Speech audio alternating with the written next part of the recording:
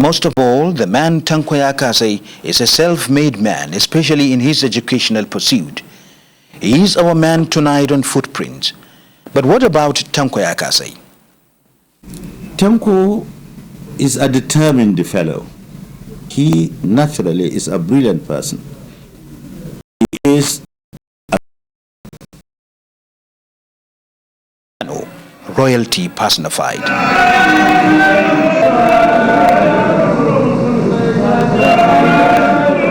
Those have always been the attractions of Kano to people from far and near.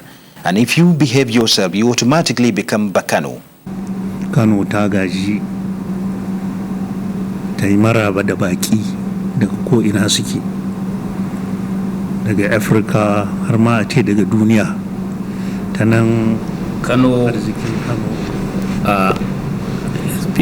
has been known for years for its hospitality in acceptance of people from all walks of life and from all over the world, particularly from Africa. And because of that, Kano developed, became economically viable, because people who comes from all parts of the world regard Kano as their homes.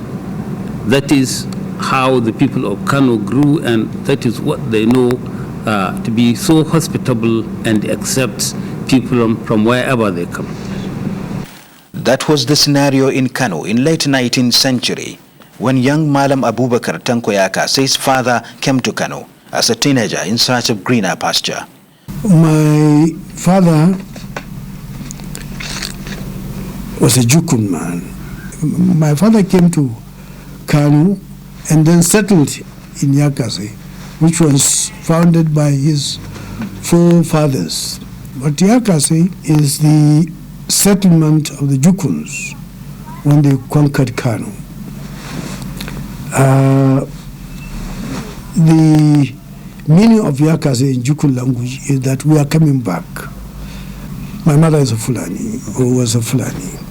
But both of them came from old Adamawa province. But now, history has divided them. My mother's place of origin is now in Taraba, which is Lao. And my father's place of origin is Ganye, where Atiku came from, the vice president. So, but they all came to Kano, not as husband and wife. They met themselves here in Kano and got married. And eventually they got me among others.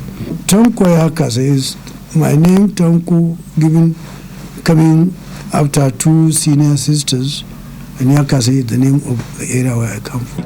There are 7 original households in this original Korarafa settlement in Kano, the Yakasai quarters of Kano. And here, where I stand and with Alhaji Tanko Yakasai, is one of the 7 households of the Jukuns people who came to Kano. This is the house of late Alhaji Abubakar, the father of Alhaji Tanko Yakasai.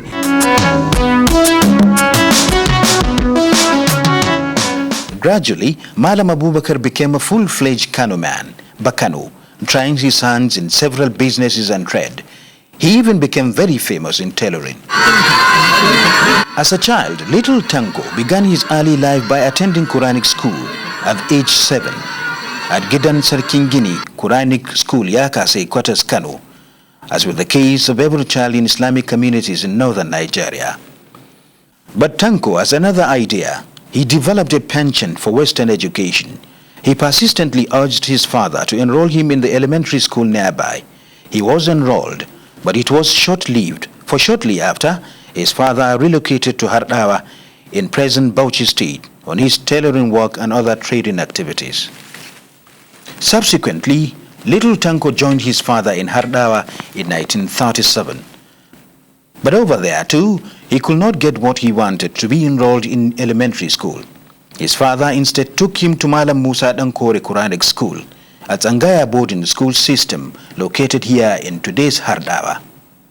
You are often being described as a self-made man. Yes. In Western education. Yes. But all the while you've been telling me about your Pursuit, educational pursuit in the Islamic way of life.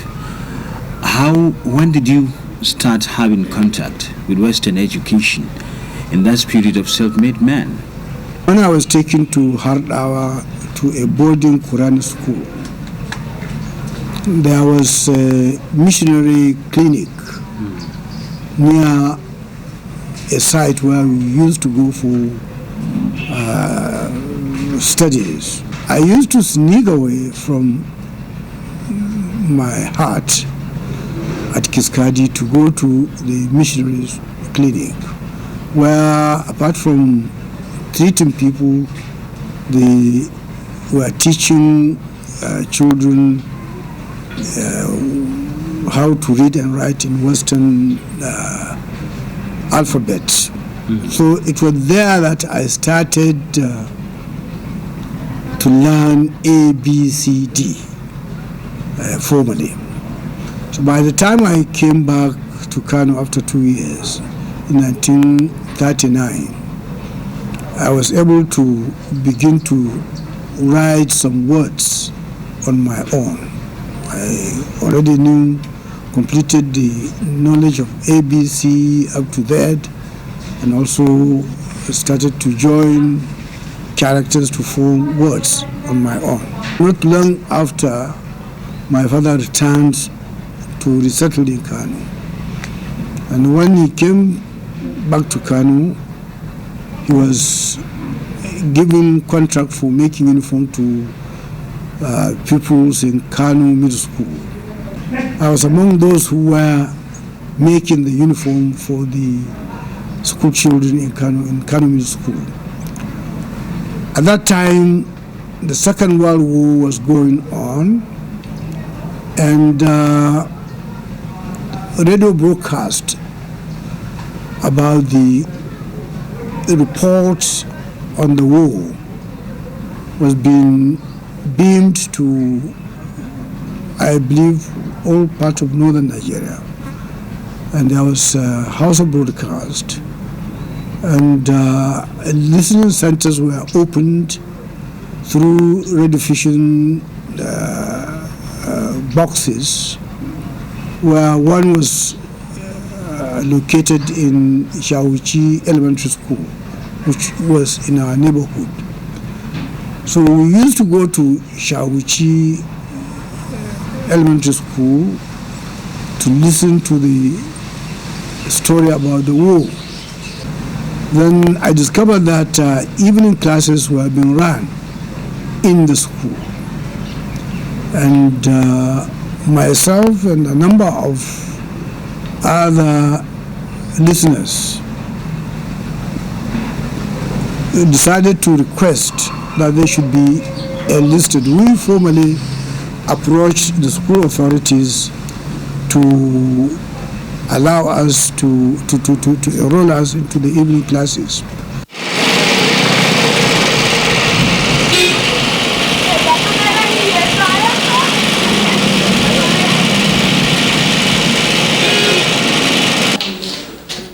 This is the architectural piece of colonial Nigeria, the famous Kano Middle School, now named Rumfa College, established in 1927, a year after the birth of Alhaji Tanko Yakasai. He attended this school like most notable Nigerians from Kano. He did not come to the school as a regular student. He was an adult student. The pursuit of Western education took Tanko Yakasai on his own to full evening classes at Shahuchi School, then the British Council English tutorial classes, Kano, between 1941 and 1955. He got himself into the Ibadan University College for extramural certificate course on comparative federalism and excelled in 1956. He later obtained another certificate in problem of independence and development in 1959 from the same premier university, Ibadan. Tanko later went to the Wilhelm Pieck Youth Higher Institute, Boganzi, Germany, and obtained a diploma in political economy in 1963.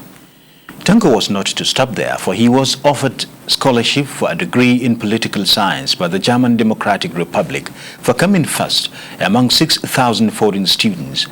but he could not stay on for the duration of the course due to family burden back home. Alhaji Yusuf Maitama Sule, Dammasanin Kano, a political associate, was also Tanko Yakasai's teacher at Shahuchi even in class in the 40s when the Dammasani was on holidays from Kaduna Middle School. Tanko is a determined fellow. Realizing that he needed education in order to go forward, he decided to further his education. First with Mala Aminu Kano, privately, and then secondly he somehow got a scholarship to the Soviet Union. And he went to the Soviet Union. He was there for a couple of years and came back. Today, Tanko can hold his head high, and he can stand shoulder to shoulder with anybody who has had formal education. He's very brilliant. Apart from having had education, he naturally is a brilliant person. He's hardworking. It is true, he's a self-made man. Besides the high-profile cosmopolitan nature of Kano, the ancient city has been the cauldron of politics in northern Nigeria. While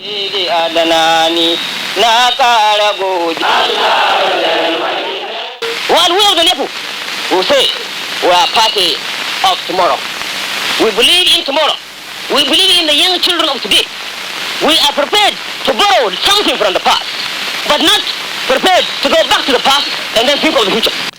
Kano is the home of the famous late Malam Aminu Kano, a firebrand leftist in his own right, the leader of NEPU, Northern Elements Progressives Union. Kano was not only the home of the progressives, it was also the home base of the conservatives, the ruling party NPC, the Northern People's Congress. In the old days, the Emir of Kano was known as the chief warrior of the Sultan of Sokoto. And today, I regard all people of Kano as the warriors of the Sardona of Sokoto. In fact, ever before the emergence of formal political parties, Kano had always been a center of social and political awareness. It was in this setting that Alhaji Tanko Yakasai grew up, with the insatiable lust for education and the craving for social change. He did not pitch his tent with any group from the beginning, but with the progressives who attracted the hidden leftist tendency in him. There was practice of oppressive tendencies by those in authority at that time against the poor and the common man. Those associated with rural families were in the habit of loading it over to those belonging to the common man group or class. So I hated this kind of attitude.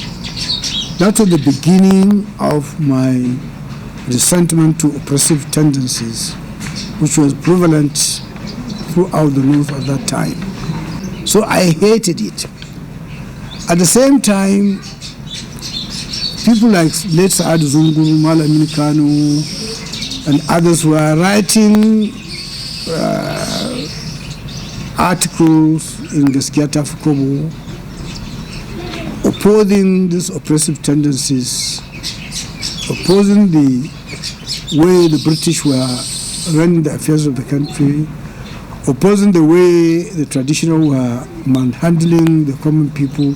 And I was reading those articles and they were giving me a lot of inspiration. As a matter of fact, I met Malam Kano first in 1947 when he came back from London, when he went to further his education. For the first time, I was reading him in Gaskiata Fukobo, but I've never met him personally. But around that time, a year before, NCNC delegation came to the north and went to the NCNC rally at Sabangari. But there was one Hausa member of the delegation called Yahya Ada, who spoke in Hausa. And he spoke against the oppression, the domination of the common man by the British and by the rulers. And what he said was really appealing to us. So we developed interest in what they were doing. They aroused the interest of the youth in Kano. As a result of that, in 1947, a year after that visit, an association called Kano Youth Association was formed in Kano.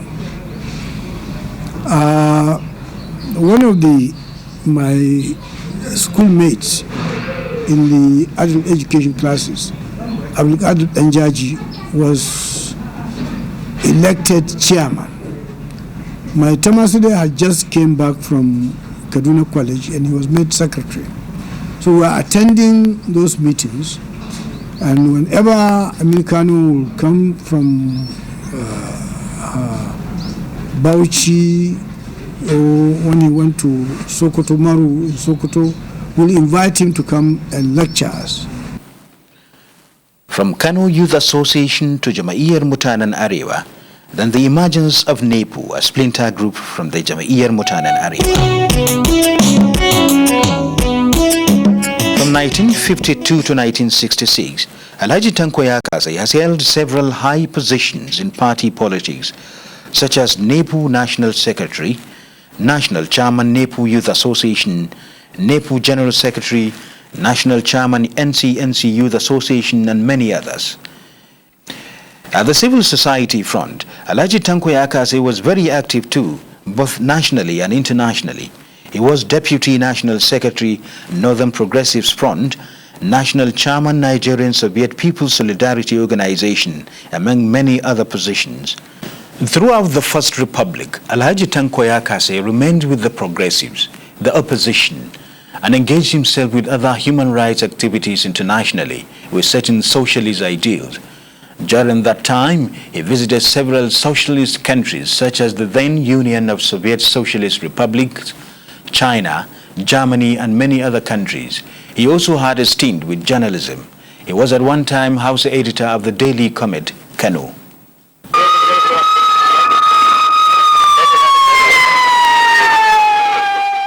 Following the first military coup of 1966, political activities came to a stop, but Tanko Yakasai kept himself busy with his human rights activities until when the Kano State Military Administration of Police Commissioner Audubago called for his service to join the state cabinet.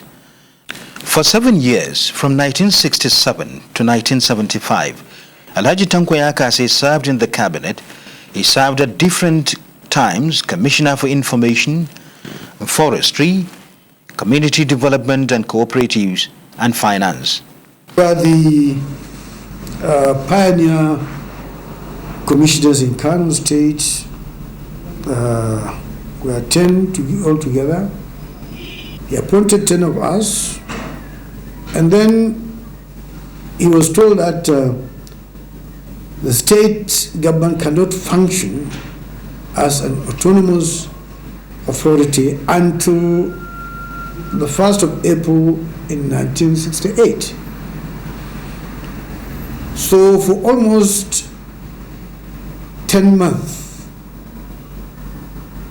we were there without any responsibility as such. But that became a blessing in disguise. So we took time to sit down and work out a blueprint for our respective ministries. And that helped us a great deal, helped the government a great deal on having a working document. So by the 1st of April 1968, each one of us had his own blueprint on how he will run his ministry. And this is the reason why you find tremendous achievements made by that administration. Because like a political party, we worked on a program. That's why we constructed more dams than any state regime in Nigeria till today. No other state actually in Nigeria had that number of dams for irrigation, for water supply, for other purposes. When the then military government of General Olusegun Obasanjo lifted the ban on politics in 1978, once again Alhaji Tanko Yakasai found himself in the midstream of politics, beginning from Northern Consultative Committee to the formation of the national movement, which metamorphosed into the National Party of Nigeria, MPN. Alhaji Tanko Yakasai was a member of the National Executive Committee of the party, but his traditional political mentor and leader, Malam Aminu Kano, was not on board. Till date, many questioned Yakasai's switch from the progressives. A movement was formed under the influence of General Sheikh Musa Eradua called National Movements. There was Constitution and Manifesto Drafting Committee headed by Malam bin Kano. Malam completed his own assignment by producing a constitution and manifesto for the national movement, which was used, ironically, by the MPN for 1979 election. Later on, in a private meeting, it was suggested that for the NEPO members to know that Malam was in the national movement, it was necessary to bend that rule to make Malam one of the officers of the party.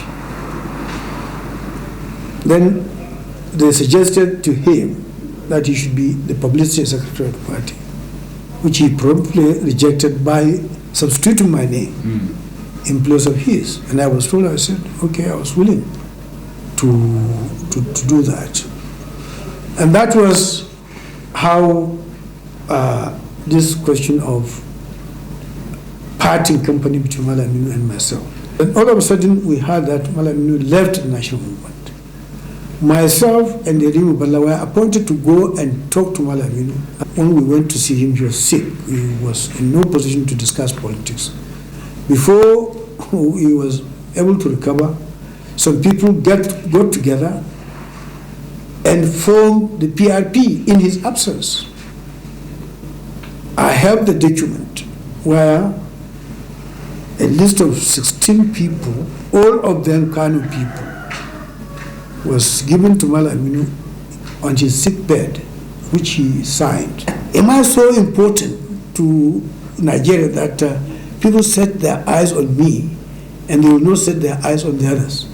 Yes. So I in one side, I see it as a blessing in disguise, because it informed me of how important I am to an average Nigerian.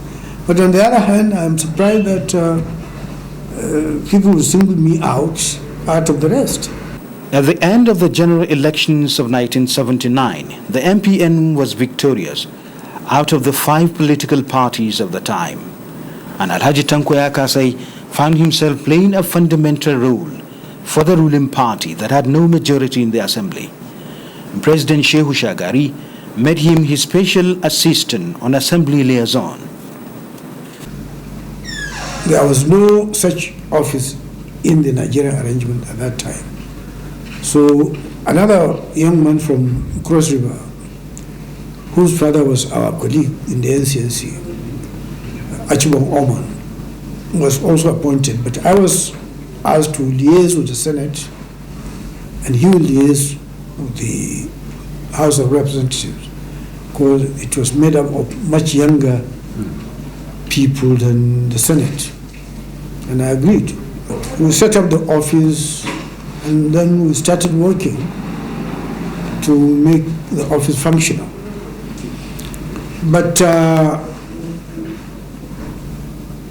if you ask the people who worked with us during that period from 1979 to 1983, I did most of the job. Not in an attempt to praise myself or to give credit to myself, but people are there. I was instrumental to aligning PRP with the MPN in the Senate. I was instrumental to aligning the GNPP senators with the MPN. Senator Mahmoud Waziri is alive. He can testify to this fact.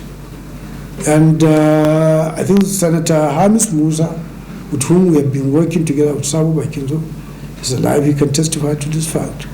So I ended up interacting not only with the senators, but also with the members of the House of Representatives. He naturally is a brilliant person. He is a schemer. Yes, he is controversial at times. He has always been controversial because when he believes in a thing, he stands by it. And he doesn't matter whose ox is gored. And that is why Tanko has always been known to be very controversial. But he is brilliant. He is hardworking. Tanko Yakasai, the politician, is a man that gives selfless service. He can spend hours and days in meetings, political meetings. I remember one of the virtues I learned from him, and the late Ali Makaman Bida, was that when you go to a meeting, you should forget you got to go home until whatever issues you have are trashed out and resolved. So, and there are very, very few people that have this kind of capacity to deal with issues or problems. Apart from capacity, the patience, the endurance. Alhaji Tanko Yakasai is a great man. He's a self-made man. He has gone through life in politics, in business, and in many other fields, and seemed to have succeeded in every field that he has been involved in. Alhaji Tanko had played a courageous role, a determined role in the nationalist struggle of those days. He suffered a lot of deprivation, a lot of imprisonment, a lot of sufferings and inconveniences, but he endured and stuck to his guns until today, when he is a recognized, astute politician that he is. Tanko is highly intelligent man and very brilliant in the sense that he never got himself stuck to a situation whereby he refused to accept changes. A lot of his contemporaries have fallen by the wayside simply because they were unable to really imbibe the changes that were happening around. He joined the forces in the south. He has been in NEPU. He has been in all sorts of political parties or associations that tend to move with times. Right up to now, Tanko is never short of ideas that are remarkable and easily acceptable to old and young. At the end of the Second Republic, Alhaji Tanko Yakasai returned to Kano and subsequently retired from active politics. Retired but not tired, for as a repository of political knowledge about the country and the workings of democratic governance, Tanko has continued to be a reference point, a kind of advisor to successive governments, individuals and associations. He participated at the 1994-95 Constitutional Conference of the Abuja administration. independence to date, I was offering advice to majority of governments in power, and in most cases at their instance. The only regimes that I did not advise directly or indirectly was Buhari's and Murtala and Shonikan. Of course, Iransi didn't form a government. Like I said, in most cases, they invited me for one piece of advice or the other. During Abacha, I advised Abacha on the setting up of the Constitutional Conference. I took part in preparing for the formation of CNC during the Constitutional Conference, on the clear understanding between me and my colleagues that when the ban on political activities is lifted, I will not take active part in the party. When there were clamor for Abacha to continue, Abacha sent for me, and he told me that he was worried that people from the south, the Igbos, the Yorubas, the minorities, were trooping into Abuja to register their support for him. And he was not happy that this type of support was not forthcoming from his own constituency, the North. And he would like me to assist in getting some people who will show solidarity with him. At least he will get the support that he needed from the North. Otherwise, it will be abnormal for him to be supported only by the South. So I accepted to assist. So I organized a committee which was called Northern Patriotic Front. And the idea was to generate symbolic support from the North for Abacha. And we were in the process of doing that Abacha died. Today, Alhaji Tanko Yakasai has continued to be relevant in Nigeria's public life. His home at the Enkaba quarters in the ancient city of Kano is always a point of call for the young and old, politicians and public figures in the society, friends and associates, the rich and the poor alike, and from far and near, especially on a day like this, the wedding day of one of his beloved daughters, Fatima. And as a man of the people at all times, the day's activity does not keep him too preoccupied to attend to people who come for consultation or individual personal demands. Naturally, my coming it has dual purposes. Firstly, I came to rejoice with him and his family over this an important event.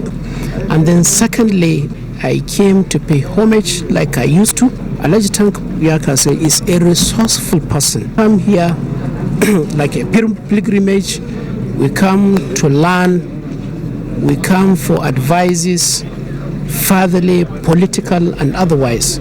He is one of those few people in Kano that is always willing to impart his knowledge and experience. He is never arrogant. He is always humble. He is a moving encyclopedia.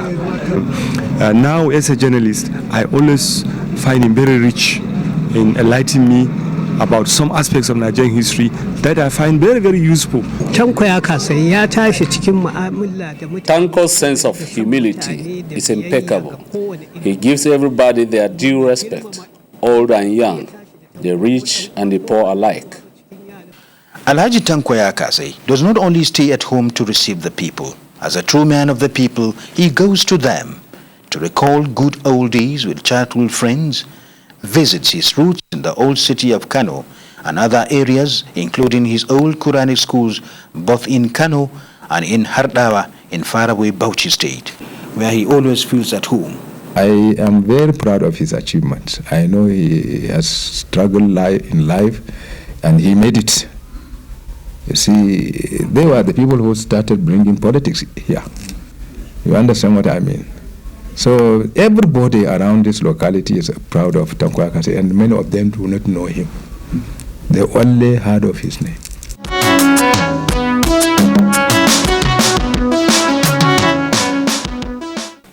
As a family man, his presence, attention and care to individual family member are felt at all times in spite of his busy public life. Hajja Mariam is the youngest of his 4 wives. She is married to him now for 23 years. He's a loving and kind person. He's so kind and he guides me in the way to succeed in life. When I got married to him, I just had my secondary school certificate. And now I'm having my master's degree in business administration. Hajja Binta has been with Alhaji Tanko Yakasai for 32 years. He is a patient man and I enjoy living with him.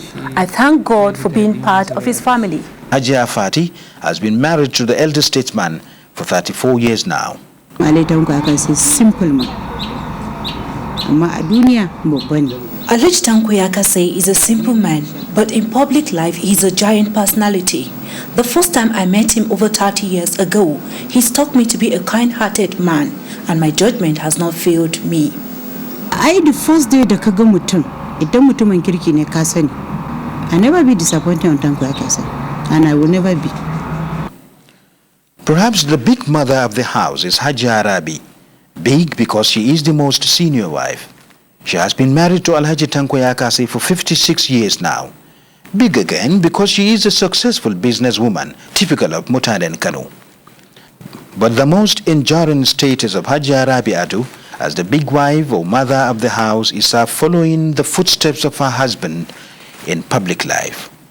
She is the president of Jam'iyyar Matan Arewa, an old association for the emancipation of women in the north that has been in existence since colonial period.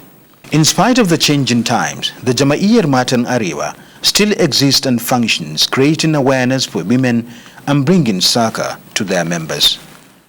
At their secretariat in Kano, there is educational and vocational training center and a clinic for women and children. Hajja Arabi says what keeps her going on her public activities is the encouragement from her husband. He gives me all the freedom and guidance I need to pursue the cause I believe in to better the lots of women. Not many people will believe I am not a politician myself because I am married to a politician that has been in public glare all his life. As we fondly called her Mama, she truly is a Mama.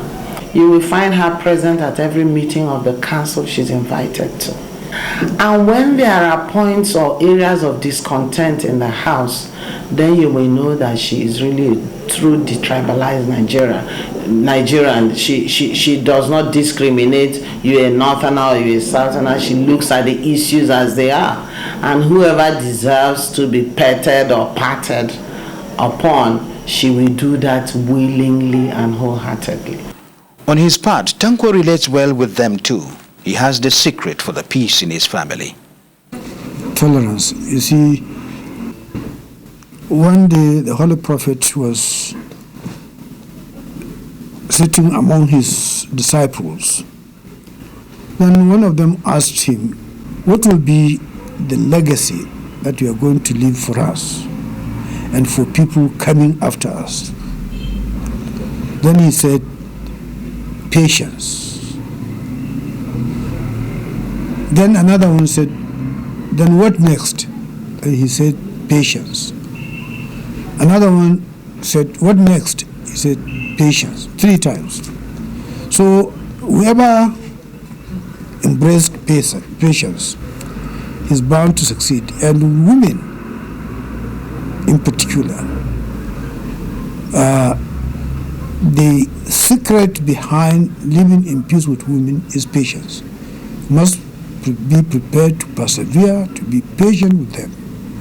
They'll make you annoyed. But if you realize that they did it to people greater than yourself, then you go back to your mind, search your conscience, and tolerate them. Certainly, Tanko Yakasai is leaving a great legacy for his children. Of the 21 of them living, those interviews speak with adoration for their father and what it takes to be a member of Tanko Yakasai's family.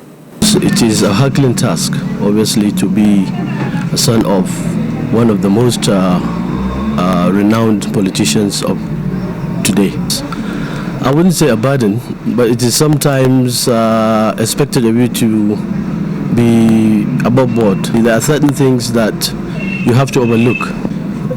You might find yourself in a situation whereby you will want to react, but because of where you're coming from and because of your background, you have to put into perspective all these things and let things go. If you go through my father's history, he has been an active political youth organizer, and this is my area of specialization. I've been into youth groups, mobilizing them, organizing them into so many youth programs, and alhamdulillah, I have succeeded in life. I have taken after my father in that area. I learned so many things from him. Patience. My father is a very patient somebody. Tolerance. He tolerates everything, anything, anywhere, anyhow. He brought us up. In fact, it wasn't long ago that I happened to know that my mother was my mother, because I stayed with my stepmom, and I didn't even know. Up to now, I don't have any feeling that she's not my mother.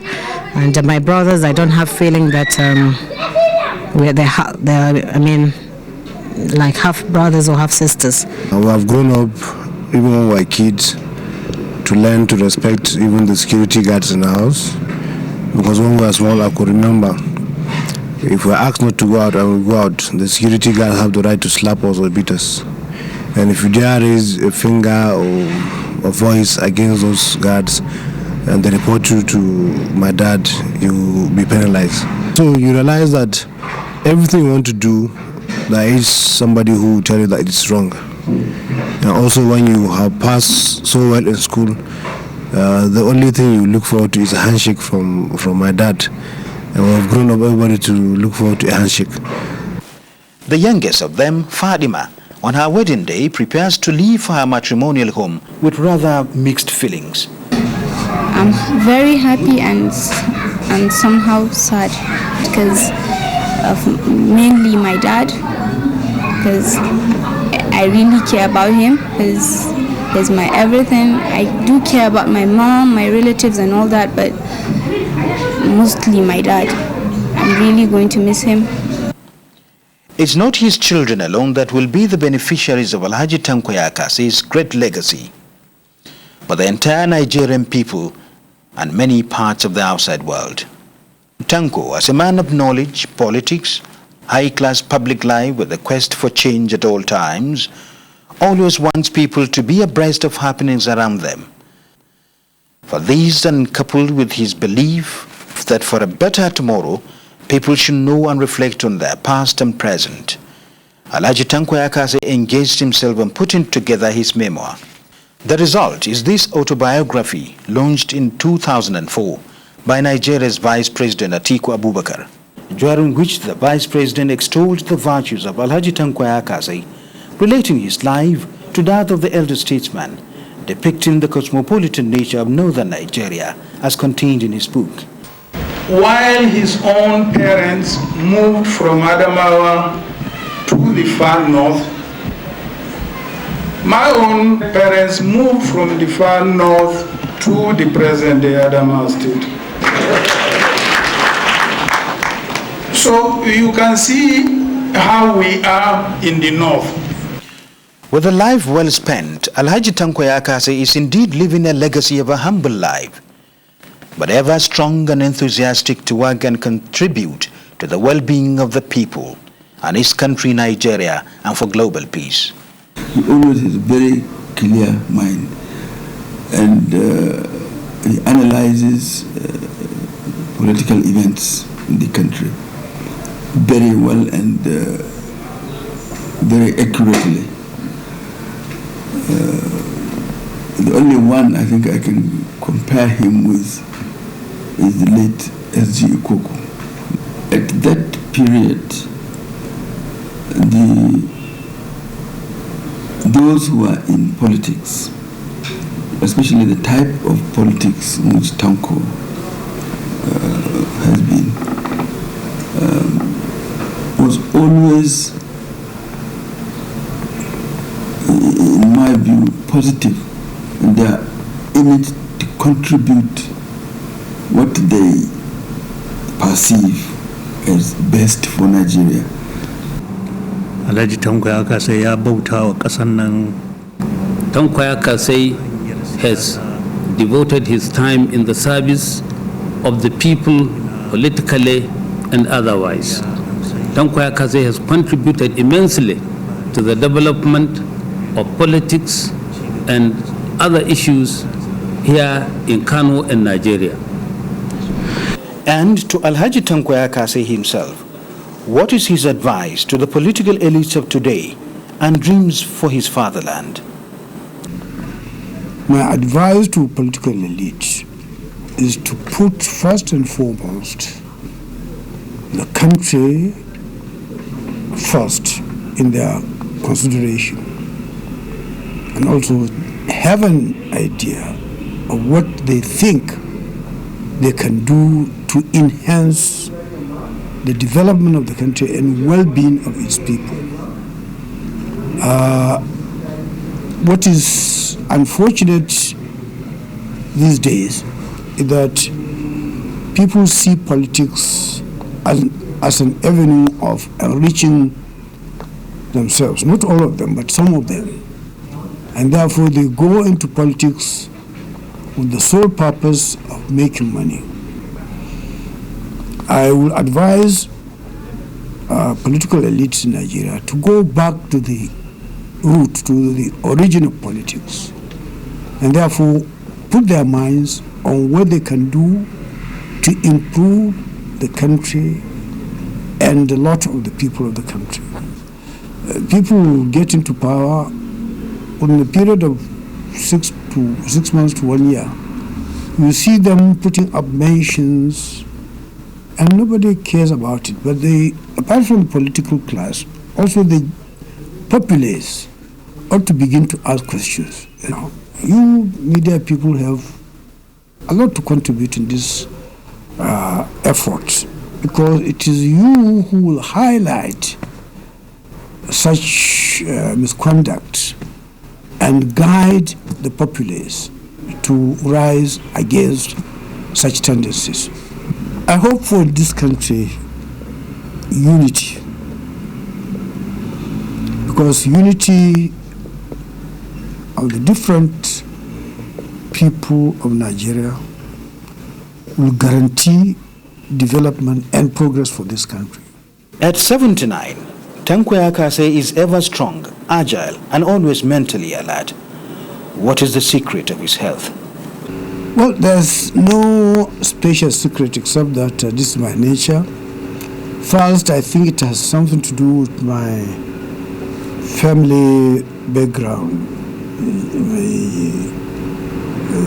gene, I think. My father died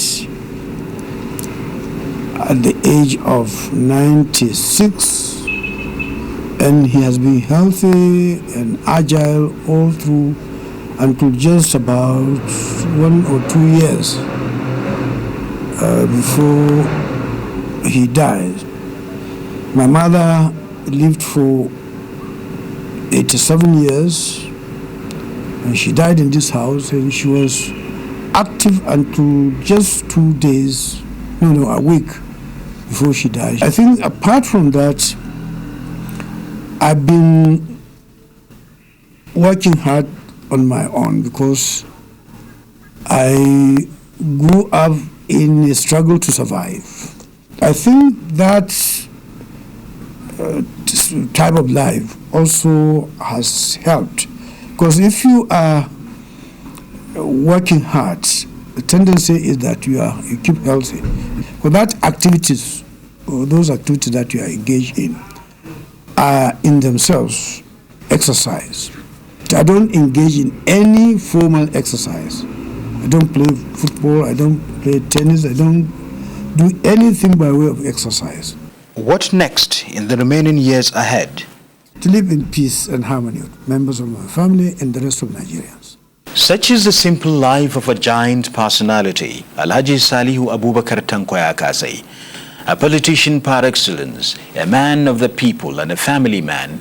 Tanko, who has traversed the length and breadth of this country and the outside world, visited 50 countries at least. A giant who giantly contributed and still contributes to the growth and development of this great country, Nigeria, since the quest for independence. Tanko remains ever humble, amiable, friendly, fatherly, and with the charisma and charm of an accomplished elder statesman. That has been Footprints for this week on the story of the elder statesman Alhaji Tanko Yakasai. Thank you for watching. Good night.